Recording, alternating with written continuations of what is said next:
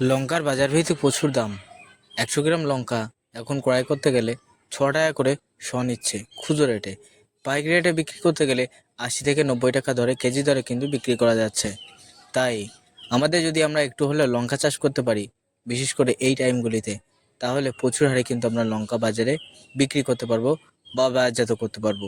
তাই দর্শক বন্ধু, আপনারা একটু হলে লঙ্কা চাষের দিকে ঝুঁকুন। যারা ভয় পাচ্ছেন তারা ভয় পাবেন না। এইরকমভাবে একেবারে গাছগুলিতে লঙ্কা ধরে থাকবে, সম্পূর্ণটাই গাইড করবো আমি।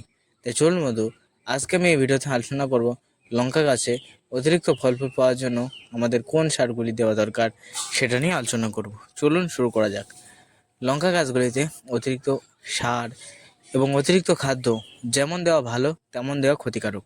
আমরা দেখেছি লঙ্কা গাছগুলিতে যদি অ্যামোনিয়া ফসফেটযুক্ত রাসায়নিক সারগুলি বেশি বেশি পরিমাণে ব্যবহার করতে থাকি, লঙ্কা গাছ একসময় কুকড়া লেগে যায়, ভাইরাস লাগে, গাছের পাতা হলুদ হয়, গাছে আর লঙ্কা হয় না, লঙ্কা একেবারে ছোটো ছোটো হয়, যা বাজারে বিক্রি করা যায় না। এই কিন্তু সমস্যা হয়ে থাকে। বিশেষ করে 2 নম্বরে কিন্তু আরও কয়েকটা পদক্ষেপ দেখা যায়। যেমন লঙ্কা গাছের গোড়ায় গোড়ায় আলু সৃষ্টি হয় অতিরিক্ত রাসায়নিক সার দেওয়ার ফলে। তাই লঙ্কা গাছে রাসায়নিক সার দেবেন ভেবেচিন্তে দেবেন, বেশি পরিমাণে ফলের আশা দেবেন না, কম পরিমাণে দেবেন।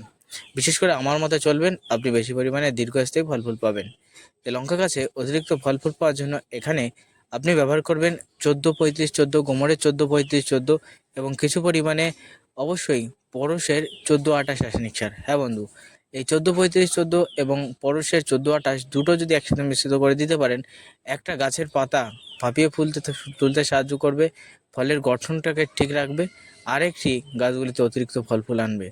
এবং এই 14-35-14 ভিতরে আছে 14% নাইট্রোজেন, 35% ফসফেট, 14% কিন্তু পটাশ।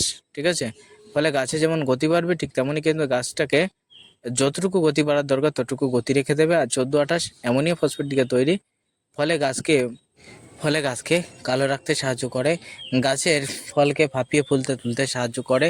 এমনকি বন্ধু, এই সার গাছের কিন্তু অত্যধিক হারে গতি বাড়াতেও সাহায্য করে।